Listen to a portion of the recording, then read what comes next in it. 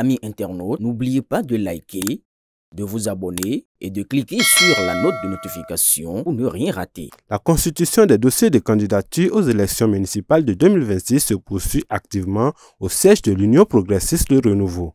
Ce dimanche 26 octobre 2025, l'équipe de supervision a effectué une visite au siège national du parti en présence des médias pour constater l'avancement des travaux de réception et de traitement des dossiers. Selon les membres de la supervision, l'heure est au travail acharné et au dernier réglage à seulement 2 jours de la clôture officielle du dépôt des dossiers à la Commission électorale nationale autonome. Déjà maintenant, le travail qui se fait ici concerne les élections communales.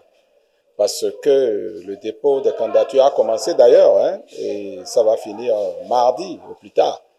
Ça veut dire, là maintenant, nous sommes déjà à l'étroit par rapport au temps.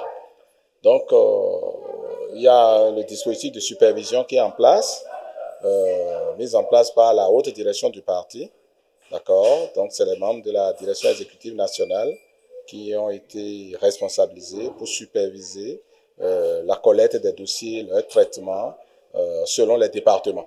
Et quand vous venez dans la maison, vous avez des ateliers techniques de réception des dossiers et de traitement des dossiers. À la réception, les équipes contrôlent la complétude et puis voir si le nombre de pièces listées c'est au nombre et puis voilà ce point sommaire là.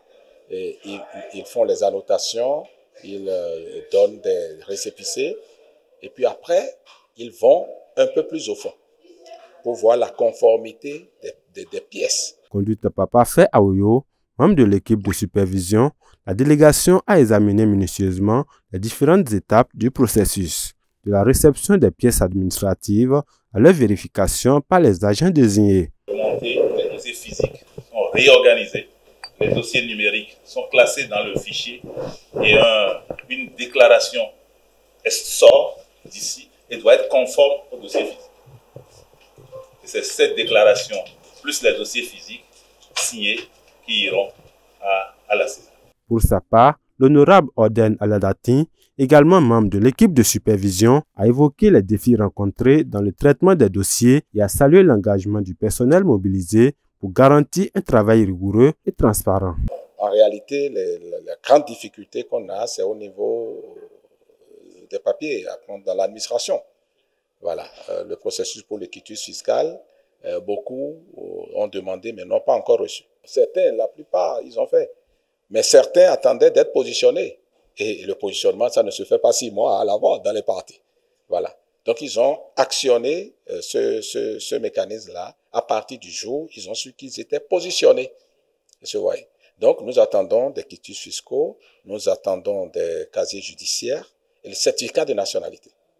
C'est ces 3 pièces, en fait, qui manquent dans certains dossiers. Donc, nous sommes en train de prendre les contacts avec l'administration et tout. Et je crois que l'administration aussi a en cœur les échéances qui viennent et devrait pouvoir mettre des dispositifs particuliers pour accélérer ce processus, surtout demain. Nous n'avons que demain. Il y a demain, voilà. Mais là où nous sommes globalement, si ces pièces-là viennent, c'est ce qui nous manque. Sinon, tous les dossiers sont là. Et si ces papiers dans certains dossiers qu'on n'a pas, c'est ça qui fait que certains dossiers restent incomplets.